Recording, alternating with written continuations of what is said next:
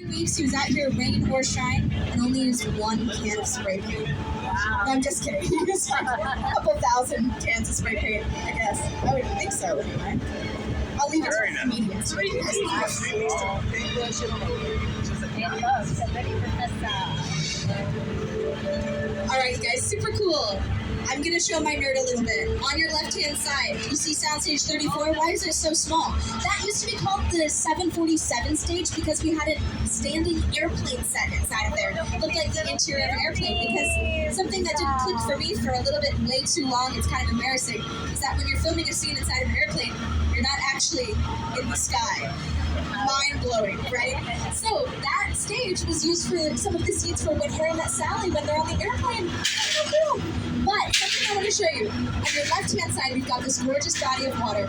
This is our Park Lake. We also lovingly refer to it as the Hollywood Ocean because we can make this body of water really look like any body of water anywhere in the entire world, starting with the Amazon. Take a look on your screens. This was the creature from the Black Lagoon. Terrifying, isn't it? Okay, my favorite classic monster movie. I love it so much, I have to show you again and spoil something in there for you.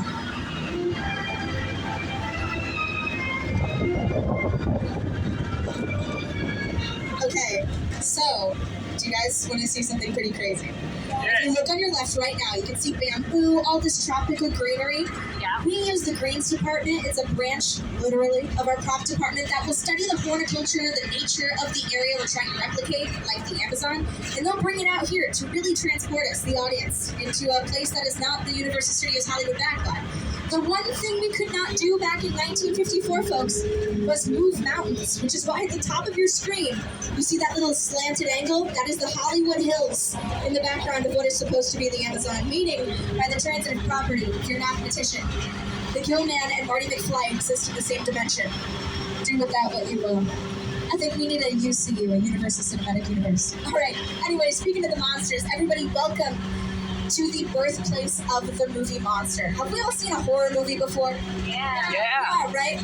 No matter what horror movie is your favorite, no matter which one just popped into your mind when I asked that question, it would not exist without the sets that we're driving through right now. Quite literally, these sets saved our studio way back when during the Great Depression. Studios were selling off their land. They weren't able to stay afloat. And Carl Laemmle Jr., Carl Laemmle's son, had the awesome idea of reading Mary Shelley's Frankenstein that we could use these public domain monster stories to showcase different creatures that were doing a little bit worse off than the general public was at the time of the Great Depression, and that's what saved our studio. So every single classic monster movie, they took their first steps right here in this area of our lot. And you might be thinking, Julia, this sounds like a really scary place. But don't worry, because this area is quite literally the good place. You, Eleanor Shellstrom, are dead. Cool. This location, the afterlife, I've never ever seen this. You're in the good place. I'm not supposed to be here. I can't risk going to the bad place. Maybe it's not all that bad. How can I help you? What is the bad place like? Well, it doesn't sound awesome. But it totally is awesome. Because you were just there. How crazy is that? So cool, right? The Good Place, they don't pay me to talk about this, I promise, but it is truly one of the best television shows in recent years. It is 22-minute long episodes. I remember those days, right? When TV was only 22 minutes long. 22-minute long episodes, so easy to binge, only 4 seasons, perfectly wrapped, neatly put together, easy for you to stream worldwide on Netflix. But, essentially, Eleanor Shellstrom, Kristen Bell, she wakes up. Oh no, she's in the afterlife. They tell you that in the first 30 seconds of the show, so I promise it's not too big of a spoiler. And chaos starts to ensue because she was a really bad person on Earth, so things in the Good Place start to go a little bit cuckoo bananas crazy, if I should say so. But Little Europe wasn't just used for the Good Place, it wasn't just used for the monster movies. It was actually, wait, guys, look on your right-hand side, Cars 1 and 2, there's a coyote. Do you guys see that? Crazy. We've got a lot of animal actors on the back line here. He just went down the street. I'm just like Doug the dog from Squirrel. Anyway, back to what I was saying. We made our Little Europe sets look like Paris, France for an episode of Gilmore Girls. Do we have any Gilmore Girls fans on board? Any Gilmore Girls? Yes. I just started watching that for the very first time. I'm still Team Dean, if that tells you anything about how far I am. in the show. But the reason they came here instead of at Warner Brothers, where they filmed the rest of the show, was because our sets are arranged in kind of a zigzaggy, wonky fashion. So when you place the camera at the end of the street, you never see where the sets end, right? So it makes it really easy to make our sets look way bigger than they actually are. Like our Metro sets, only 4 acres of our total lot, but How I Met Your Mother went to our Metro sets. They filmed the Subway Wars episode there because it's really easy. I like to show you guys a really fun trick that you can play on our tour. It's called the I'm a director now trick. Okay, have you ever seen directors do this thing before? They like squint their eye, they do this thing. That's so real. If you think about us, we've all got 2 eyes, so when something is in focus, we have peripheral vision, right? The camera only has 1 eyeball, so it doesn't have any peripheral vision. You only see what's in focus, in frame. So you can kind of close 1 eye and do that around our entire lot, and you can see how we can frame areas to look way bigger on screen than they actually are in real life. But that being said, everybody, if you're wondering what's going on in front of us, I have a really special surprise for you. In Hollywood, it's all about who you know, right? Yeah. I've got some connections for some folks working on an untitled Marvel movie, okay? And we get special clearance to go inside of their sound surge and take a look at the set that they're currently using for filming. While they're on hiatus for a couple of days, they're all on break, relaxing. So, in just a few minutes, once we see that red light turn green, did you guys see that? That was pretty magical. We're going in, everybody. So, just to let y'all know, they are all booked up. They don't need any more extras. So stay on board the train and keep all of your body parts inside the train at all times. And also, they've got really, really important people that are the props masters. They're trying to make sure that Starbucks cups end up in a shot like in Game of Thrones. So keep all your valuables close to you. And That's welcome never inside. done this. I signed an NDA, a non-disclosure agreement, so I can't tell you what this movie actually is, but I can't stop you from taking pictures and coming up with your own ideas. Looks like it's a San Francisco train station.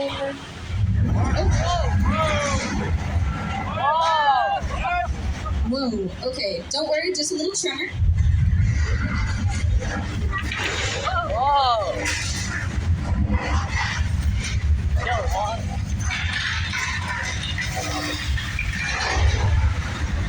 Oh, fuck!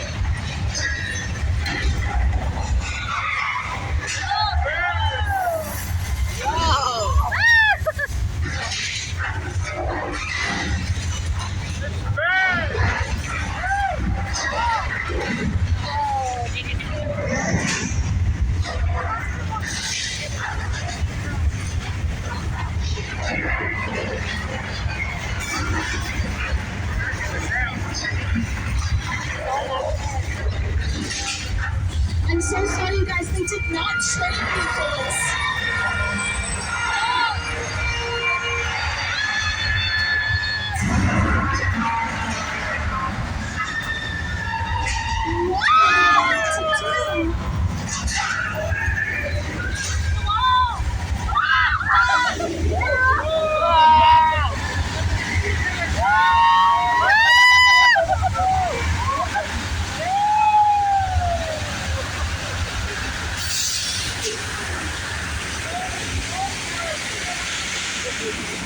That was a great take, everybody. If we could go back to 1, back to your places, we're gonna go again. You just survived the earthquake! The big one. Whoa! True Californians, you're just sitting there taking it, right? Like, what? You guys feel that? I didn't feel anything. Okay, has anybody taken the tour before and knew that was coming? Okay, it might look a little bit different than you remember. For our 60th, we gave it a Hollywood facelift or a glow up, I guess you could say. Yeah, that was a lot But different. anybody who this is the first time taking the tour, were you expecting what just happened? Probably not, right? No. I'm a really good actress. Okay, so if we have any agents on board, I'll give you my number after the tour. I'm just teasing. I'm so kidding. Wait. Okay. I'm being silly today, you guys. Anyway, I love Earthquake, and I loved how it used to look as well. If you want to see what Earthquake looked like on opening day of the attraction back in the 80s, you can go to youtube.com and look up MTV Total Panic Weird Al Yankovic, because Weird Al himself rode a tram just like this one, sat in the very last car and tried to make a boysenberry smoothie, and it is hilarious. But I did promise you that I have some really tight-knit connections here in Hollywood, so I'd love to introduce you guys to my long-term boyfriend. His name is George. He's the best scuba diver in Hollywood. special clearance to come here to Amity Island, where every day is like the 4th of July. Makes me want a hot dog real bad. Look out, George! Oh, hi, George. Look at all my new friends. Uh-oh. Hi, George. George! George, sweetie, you're kind of embarrassing me right now. Oh. Oh. You guys will think I just got ghosted. Okay, don't panic. Michael's gonna move us somewhere really safe so I can process and move through my grief. Very sad. Hang tight, everybody. We're parked behind these really safe and pretty flammable barrels of gas. Right here. Right here. Whoa. Does everybody see the shark? Going this way. There he is.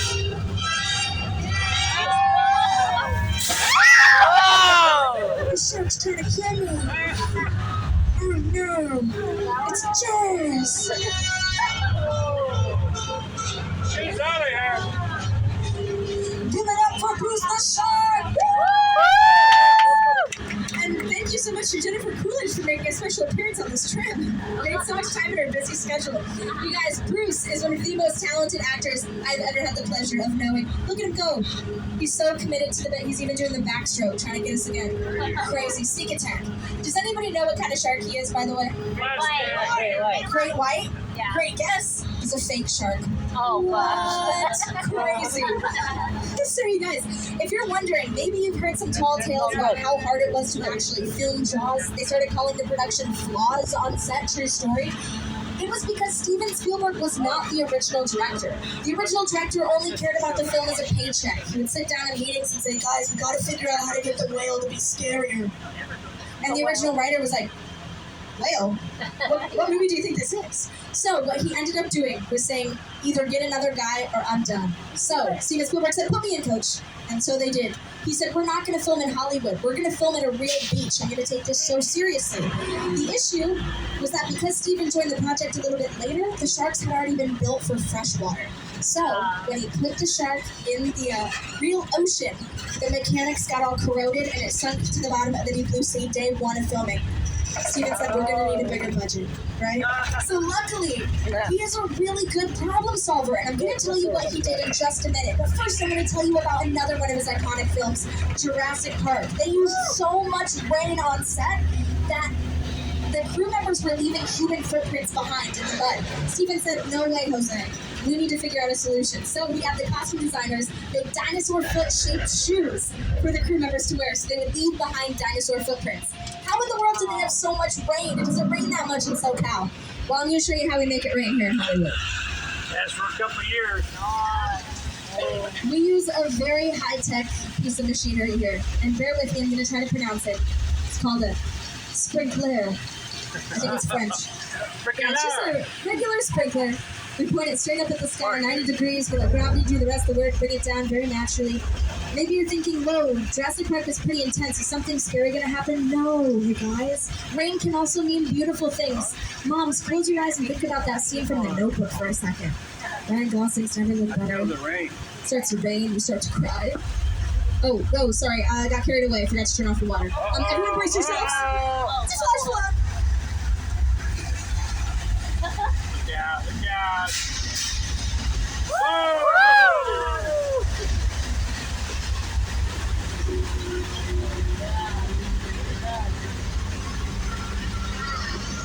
Whoa, gnarly stuff. But don't worry, you guys, this effect has been a part of our studio tour for many, many years. And when all that flash flood comes down, we recycle it, send it back up the hill. Thousands of gallons of recycled water. But take a look at how we use it for Big Fat Liar, starring Paul Giamatti, Frankie Muniz, and Amanda Bynes. You can't outrun a wolfcat! Yeah, we'll see about that. And while you're watching Paul Giamatti take a tumble, take a quick look around our old Mexico set. This was used for The Three Amigos, starring Steve Martin and Marcus Short. The Three We are coming Amigos. back for Only Murders in the Building Season 4, and this time it's going to be set in Hollywood. So luckily you took the tour, now you'll get all the lingo if you go back to watch Season 4. Old Mexico was also used as the planet Vashti in Star Trek Picard. It was used for Westworld. We made it look like China for James Marsden's Easter movie called Hop. It was also where we filmed Nacho Libre with Jack Black. But we can't stick around there for too long because I fear we moseyed on into a western part of town. Everybody on board this here tram, can y'all say yeehaw? You're darn tootin'. We got some tried and true cowboys and cowgirls aboard this here tram. Welcome to 6 Points, everybody. These are some of the oldest sets in our entire studio. These sets used to be arranged in 6 separate directions. They jutted out like the spokes of a wagon wheel. You could stick a camera on the end of each of those 6 streets, film 6 separate westerns, all at the exact same time. Easy peasy, lemon squeezy. You wanna know how we did it? They were silent pictures back in those days, only about 15 minutes long. In our first year of operation, we cranked out about 200 to 400 westerns. That's a lot of westerns. Now I'm gonna drop the accent and tell you guys, look at the windows and doors. It's scarier what you don't see because it's more of a personal experience. But I've got Steven Spielberg here to tell us a little bit about his experience filming over here on our lot. So take a look at Mr. Steven Spielberg. It began with my relationship with Universal Studios just as a high school kid on a tour bus. Remember in those days there weren't trams, the bus was called the Gray Line Tour Bus. And I was so excited and thrilled to be on the lot. It was my first time ever on a movie studio lot. And during a bathroom break, I hid in the bathroom where everybody left to get back on the bus. I waited another 15 minutes until I'm sure the bus left, and then I had the entire lot to myself that day. In those days, movie lots were so crowded because all movies were made on film lots. Today they're made all over the world, on location, but most of us focused in those days in the 60s on the film lots. So nobody noticed me when I was going around from soundstage to soundstage. And I really felt in my own young way, I owned the lot and had the most amazing day of my life. I love success stories like that. You know, everything happens for a reason. But, you guys, we are in the middle of Wilderness Road. This is also Steven Spielberg Drive. It is so cool. He went from just a kid who was wandering around the lot to having the largest street in the entire back lot named after him. How cool. Our Wilderness Road was used for Bird Box with Sandra Bullock, when she was blindfolded wandering around the wilderness. It was right here because we're control freaks. And even our middle of nowhere has to be conveniently in the middle of a Hollywood backline, right? Because let's say Sandra Bullock is like, guys, it's been 12 hours. I could really use a double shot caramel macchiato on ice. If we were on Mount Rainier or somewhere in the far, far desolate, isolated area, we wouldn't be able to just hop on a convenient little road and go to one of the 3 coffee shops on the lot to bring our macchiato. But here we can. Easy peasy. Now, speaking of Steven Spielberg, we're driving into one of the most impressive sets that we have on our entire lot. Welcome to his iconic plane crash set from War of the Worlds. From what we've learned so far on the tour, do we think this plane is real or fake? It's real. You guys are so smart. This is a real plane. This is a Boeing 747. You guys see that little playhouse with the green roof? Look right behind it, there's a huge gash mark. That's where it used to say Boeing. Boeing said, hey, you can use our plane and we'll cut you a deal, $60,000, which is quite a steal. But they said, we do not want our brand name associated with this devastating imagery, so please figure out a way to remove it. And so they put a little convenient gash mark right in there. But War of the Worlds was not an original Spielberg story. It was actually based on a radio play by Orson Welles that was based on a novel by H.G. Wells. So, what happened the night of this broadcast that made it so iconic we had to make a movie of it? Orson Welles' broadcast became universally known as the night America turned upside down because a lot of American citizens tuned in too late to the broadcast. They didn't hear the disclaimer it was a work of fiction, and they truly thought aliens were descending down on the United States of America. That sounds like a career ruiner. Commonly known as the most incredible movie of all time, right? Now, you might be wondering, Julia, what in the world is going on down there? Where are we going? For our 60th anniversary, we have brought back one of the most impressive stops that kept guests coming back to our tour way back when we first started 60 years ago. We've got a hop-off experience or a step-off experience right here for you. We're bringing back the original Prop Plaza. That's hard to say. I almost said Plot Plaza. That wouldn't be quite so glamorous. So, you guys can step off the tram, go experience some of these set pieces and props at the Bates Hotel. Steer clear Norman Bates. You do not have to get off the tram if you do not want to, but we have some screen use picture cars from Fast and the Furious right around the corner to take photos with, as well as some other awesome photo snaps. Once again, this is cool.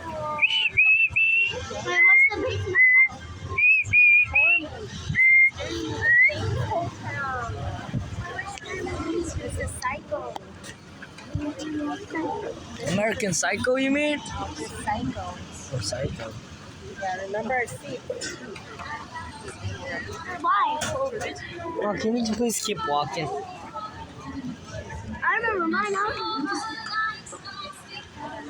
The original tram.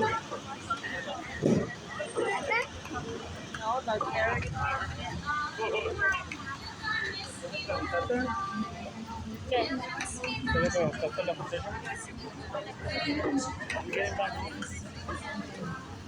Christina.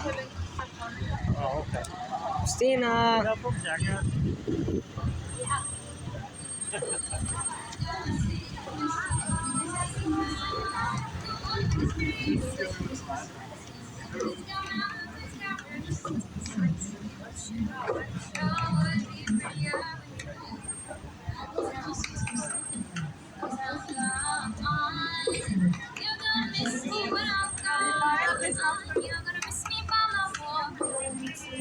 The chair moving up there.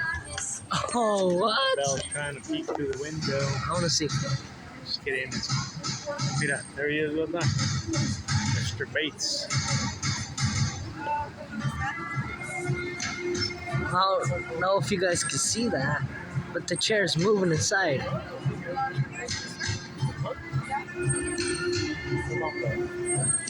She's right there.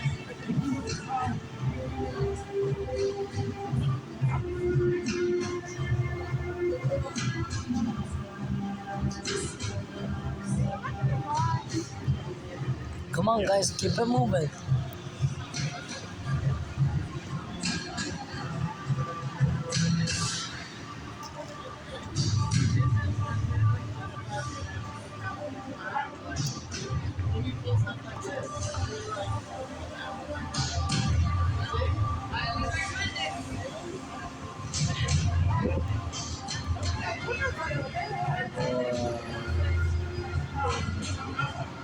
Dad, look. Dad, look. They're supposed to have Tom Cruise right there. No, I'm joking. Come on.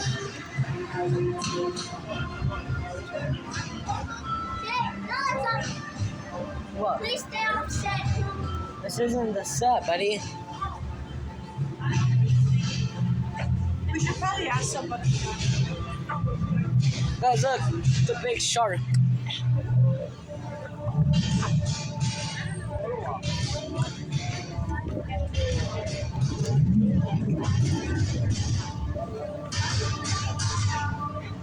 Guys, look.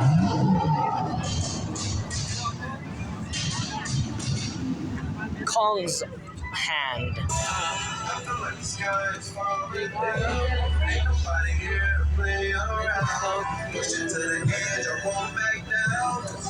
Huh? Oh my god! Oh my god! Oh my god, Dad! Is it really the car?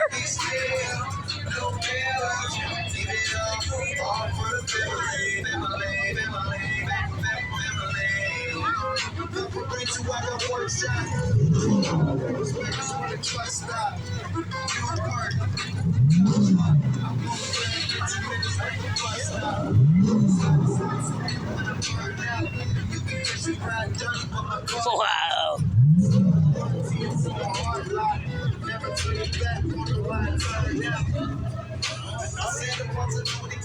Dad, we're gonna go to the shark.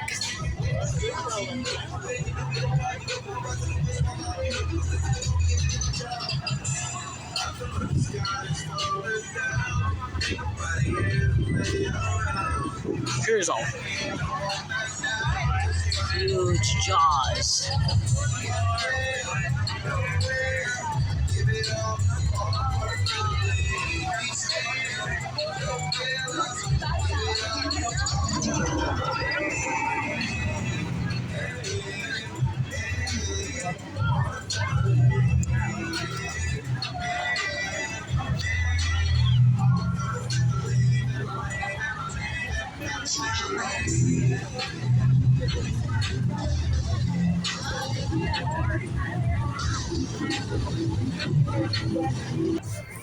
Alright. Well, that was the whole Universal Studios 60th anniversary tour. Remember to call the emergency port if you need assistance and remain seated at all times. I hope you all enjoy the rest of your day. This is the end of the video. Please like and subscribe. Well, you don't have to, but if you guys are enjoying my content, please like and subscribe. Later.